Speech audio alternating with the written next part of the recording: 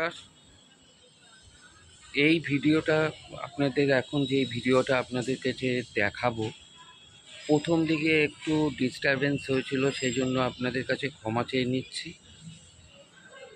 এই মিটিংটা রাস্তার ওপরে হয়েছিল বলে নয়েজও আসতে পারে, তাই আপনাদের কাছে ক্ষমা চেয়ে নিচ্ছি। এবার ভিডিওটা আপনারা দেখুন।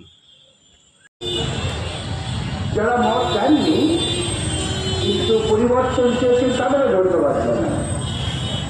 পরিবর্তনটা প্রয়োজন ছিল, যে পরিবর্তনের জন্য এই আজকে যে মৃত্যুঞ্জয় চেয়েছেন তার স্মরণ আমরা সভা করছি। মৃত্যুঞ্জয় কি চেয়েছিলেন?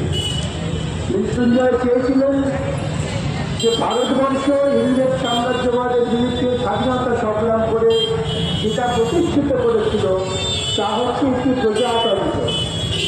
যে প্রজাতন্ত্রের মৌলিক চিন্তা হচ্ছে ব্যক্তি মানুষের মত প্রকাশের স্বাধীনতা, ব্যক্তি মানুষের চিন্তার স্বাধীনতা, আর প্রত্যেকটি ব্যক্তি মানুষের মর্যাদা, ইন্ডিভিজুয়াল, যা আমাদের ভারতবর্ষের সংবিধানের অনেক আলোচনার পর গৃহীত হয়েছিল। তার কারণ সেই ভারতবর্ষ থেকে আমরা দেখেছি সেখানে মানুষের প্রতি মানুষের সম্মাননা ছিল না। সে দীর্ঘ বিস্তারে আজকে আমি যাব।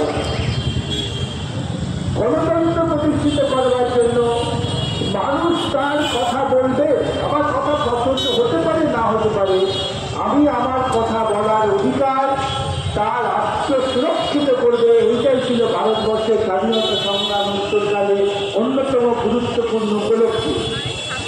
সেই উপলব্ধিকে কার্যকর করতে গিয়ে মৃত্যুঞ্জয় শহীদ হয়েছিলেন।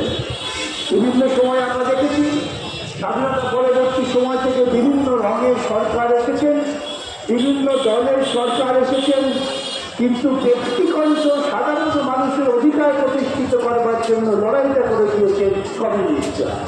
এই ঐতিহাসিক সত্যকে অস্বীকার করার কোনো জায়গা নেই। তার স্মরণে আমরা সভা করছি আজকে দাঁড়িয়ে, যখন আমরা একটা ঐতিহাসিক সন্ধিক্ষণে দাঁড়িয়ে আছি। ঐতিহাসিক সন্ধিক্ষণটা মানুষ পশ্চিমবঙ্গের বুকে রায় দিয়ে আমাদের সাথে হাজির করে দিয়েছে। এইমাত্র ঢাকার রাজনৈতিক কর্মীর সঙ্গে আমার ফোনে কথা হচ্ছিল, তিনি বলছিলেন আপনারা তো এবার মুখোমুখি সংঘর্ষে দাঁড়ায় দিচ্ছেন। আমরা মুখোমুখি সংঘর্ষে পরিণত হয়েছি। আমার সামনে শত্রুরা ছিঁড়ে দিয়েছে। এতদিন শত্রু তিনি মুখোশে দাঁড়ানো ছিলেন, আপনারা বুঝতে পারেন, আমরা বোঝাতে পারি অনেক শক্তি করতে বোঝাবার জন্য। কেন শত্রু পক্ষের লোক আমরা দেখেছি কাউকে কখনো রেলিং বানিয়েছেন, কাউকে কখনো বামপন্থা আন্দোলনে বিকল্প রূপ দেখিয়েছেন, কাউকে কখনো জনগণনীতি উপস্থিত করেছেন। প্রচারের আলোয় ভাবতে পারছে আমরাও খানিকটা প্রচারের আঘাতে বিভ্রান্ত হয়েছিলাম, ভালো হয়েছে। এখন পশ্চিমবঙ্গের মানুষ, যাদবপুরের মানুষ, টালিগঞ্জের মানুষ তারা বুঝে দিয়েছেন যে আমরা পরিবর্তন চেয়ে আসল শত্রুকে এবার তোমার পরীক্ষা, জনগণের পরীক্ষা, যে আমরা আসল শত্রুর বিরুদ্ধে আমাদের লড়াই কিভাবে শুরু করবো। সাংবাদিক বন্ধুরা এইসব কাজ শুরু করেছে, শুরু করেছে বুলডোজার। আমাকে এক বন্ধু সাংবাদিক একজন অনেকে এসেছিলেন, আমি বললাম বুলডোজারের কথা আগে কি আপনি জানেন? ভুল কাদের বলে? যাদের মস্তিষ্ক কিছু নেই, যারা শুধু ঘুমোতে পারে তারা হচ্ছে ভুল। সেই বুলডোজার যারা ব্যবহার করছে তারা ওই ভুল শ্রেণীর সঙ্গে সংশ্লিষ্ট। কেউ কিছু মনে করবে না, এটা কোনো ব্যক্তির প্রতি আমার কোনো কটাক্ষ নয়, এটা রাজনৈতিক দৃষ্টিভঙ্গির প্রতি কটাক্ষ। কলকাতা শহরের বুকে, পশ্চিমবঙ্গের বুকে নিঃসন্দেহে প্রচুর বেআইনি নির্মাণ আছে। কলকাতা হাইকোর্টের সময় সমস্ত বেআইনি নির্মাণ যাতে বন্ধ করার জন্য আমাকে আদালতের বান্ধবী নিয়োগ করেছিলেন বিচারপতিরা। সেগুলি একমাত্র ভালো কলকাতার বুকে বিভিন্ন রকম বেআইনি নির্মাণকে দেখুন। চিত্তরঞ্জন সুপ্রিম কোর্ট বললেন বেআইনি নির্মাণকে ভাঙতে হবে। আমরা তখন কলকাতার দায়িত্বে সেই নির্মাণকে ভাঙতে গেলাম। তৎকালীন বিরোধী নেত্রী মমতা বন্দ্যোপাধ্যায় রাস্তায় ঘুরে পড়ে আমার সঙ্গে বলছেন আমার শরীরের ওপর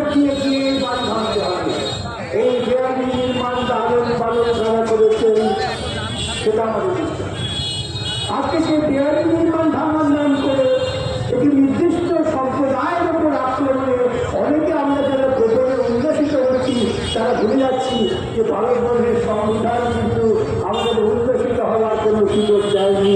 প্রত্যেক মানুষের অধিকার, এই অধিকারকে রক্ষা করার দায় আমাদের উপর বসতেছে। আমরা সেই দায় কি রক্ষা করতে পারবো? আজকে প্রশ্ন হচ্ছে, দেয়ালির কাজ যদি হয় নিঃসন্দেহে তার কিন্তু ব্যবস্থা নাও। কেন দেয়ালি ভাবে সেখানে কারখানা চলছিল? ব্যবস্থা নাও। কেন সেখানে নিরাপদ ব্যবস্থা ছিল না? কিন্তু সেই ব্যবস্থা নেওয়ার নাম করে বুলডোজার দিয়ে গরিব মানুষ যেখানে বসবাস করছেন তাকে ভেঙে দেওয়ার মধ্যে দিয়ে আর যাই প্রকাশ পায়, গণতন্ত্রের প্রতি আস্থা প্রকাশ পায় না। যাদের যাত্রা শুরু হলো গণতন্ত্রকে অবমাননা করার মধ্য দিয়ে, যাদের যাত্রা শুরু হলো বেআইনি কাজ করার মধ্য দিয়ে, তারা আগামী দিনে আপনাদের কাছে সুস্থ সংহত সভ্য সমাজ হাজির করবে। যার জন্য মৃত্যুঞ্জয় করেছিলেন, মৃত্যুঞ্জয় প্রাণ দিয়েছিল অল্প বয়সে গণতন্ত্র প্রতিষ্ঠার জন্য। আজকে গণতন্ত্রকে নতুন করে ভাঙার পরিকল্পনা হচ্ছে। ভারতবর্ষের প্রধানমন্ত্রী তিনি আমাদের জাতীয় বলছেন, বড় সংকটের মধ্যে আমরা আছি, এখনই তোমার কোমরে বেলটাকে শক্ত করো। তেল কিনতে পারবে না, সোনা কিনতে পারবে না, জিনিসপত্রের দাম হু করে বাড়ছে। আর সেই দেশের প্রধানমন্ত্রী তিনি উল্লাস করবার জন্য বিদেশে চলে গেলেন, কোটি কোটি টাকা খরচ করে। সব কিনে প্রচার মাধ্যম করবে না, প্রচার মাধ্যম একটা বিশ্বগুরু, যে বিশ্বগুরু ভারতবর্ষকে আন্তর্জাতিক ক্ষেত্রে একেবারে অত্যন্ত অপ্রাসঙ্গিক করেছে। যে ভারতবর্ষ স্বাধীনতার পর তার কাছে পরমাণু বোমা ছিল না, তার কাছে অস্ত্রের সম্ভার ছিল না, তার কাছে ছিল নৈতিক বল এবং আদর্শ। যে ভারতবর্ষ স্বাধীনতার পর নর্মাল মুভমেন্ট তৈরি করলেন, যে ভারতবর্ষ স্বাধীনতার পর একটা সেকুলার ডেমোক্রেসি ভারতবর্ষকে চালু করলেন, গোটা পৃথিবীর মানুষ দেখতে শুরু করলো।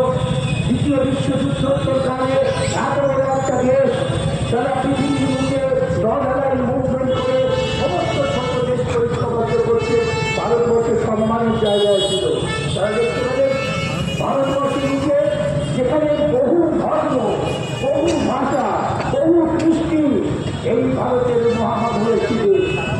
যেতে নেই হিন্দু, মুসলমান, বৌদ্ধ, খ্রিস্টান, জৈন, পার্সি সবাই আছে ভারতে।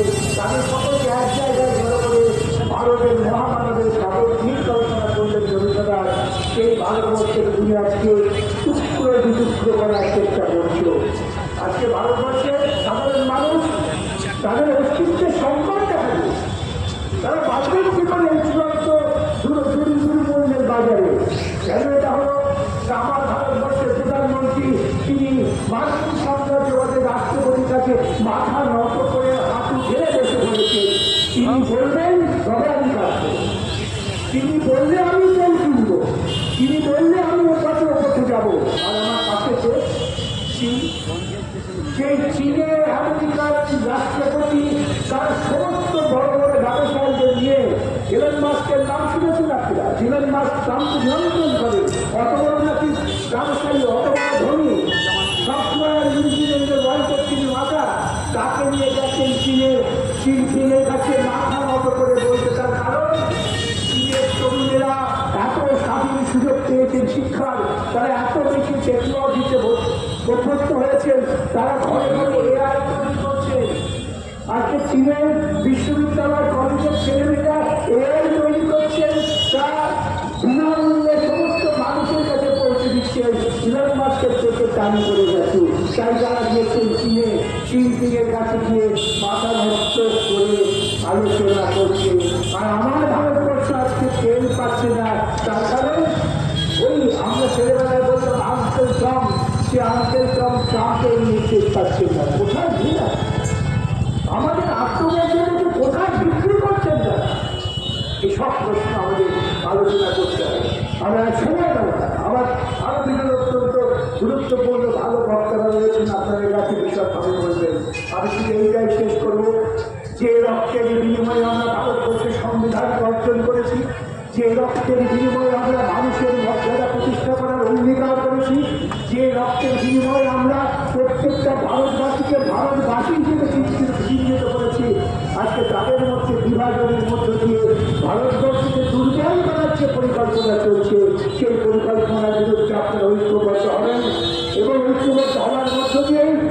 মৃত্যুঞ্জয় তার শরীর স্মরণকে সার্থক করবেন।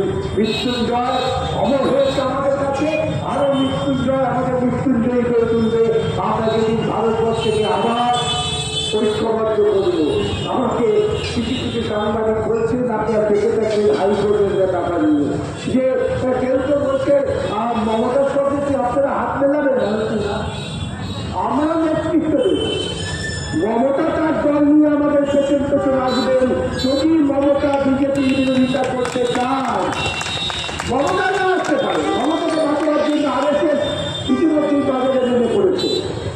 কিন্তু যারা ভেবেছিলেন মমতা আপনাদের মধ্যে নতুন প্রাণ সংসার করবে, যারা ভেবেছিলেন মমতাই বিকল্প বামপন্থা সিপিএম নয়, বাস্তব নয়, আমি তাদের বলছি, আজকে সংবাদ দিয়ে বলেছি, আমরা সামনে বিজেপি আরএসএস এর বিরুদ্ধে লড়াই করছি, করবো।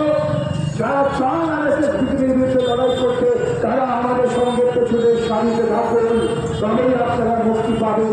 এবং সেই মুক্তির পর আপনাদের যাত্রা পথ সুগম করবেন। এইটুকু বলেই আপনাদের অভিনন্দন জানিয়ে আমি শেষ করলাম। নমস্কার।